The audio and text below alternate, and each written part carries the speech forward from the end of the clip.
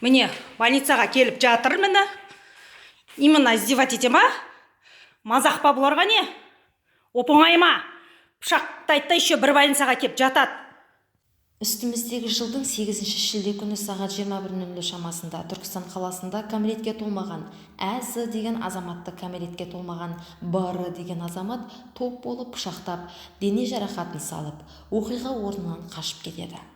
Түркістан қалалық емханасында ем алып жатқан Әз деген жасөспірімнің анасы екеуін тынығу уақытында жәбірлеген жасөспірімнің туыстары кіріп келіп мазалауда. Жәбірленушінің анасы: тамақ әкеліп жағдай сұрауға келген туыстарымды дәрігерлер кіргізбейді.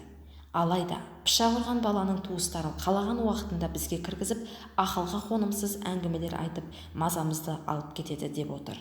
Онымен қоймай, сол пышақ ұрған баланы дәрігерлер хирургия бөліміне, жәбірленушіге тым жақын палатаға бас жарақаты бар деген себеппен жатқызып қойған.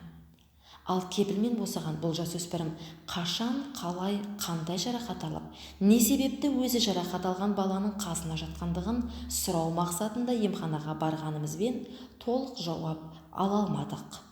Бұл туралы келесі кезекте Түркістан облыстық денсаулық сақтау басқармасының басшысы Мұхан Егізбаев мырзаға хат жолдап, нәтижесін сол кісіден күтеміз. Ал нәтижені сіздермен міндетті түрде бөлісіп отыратын боламыз.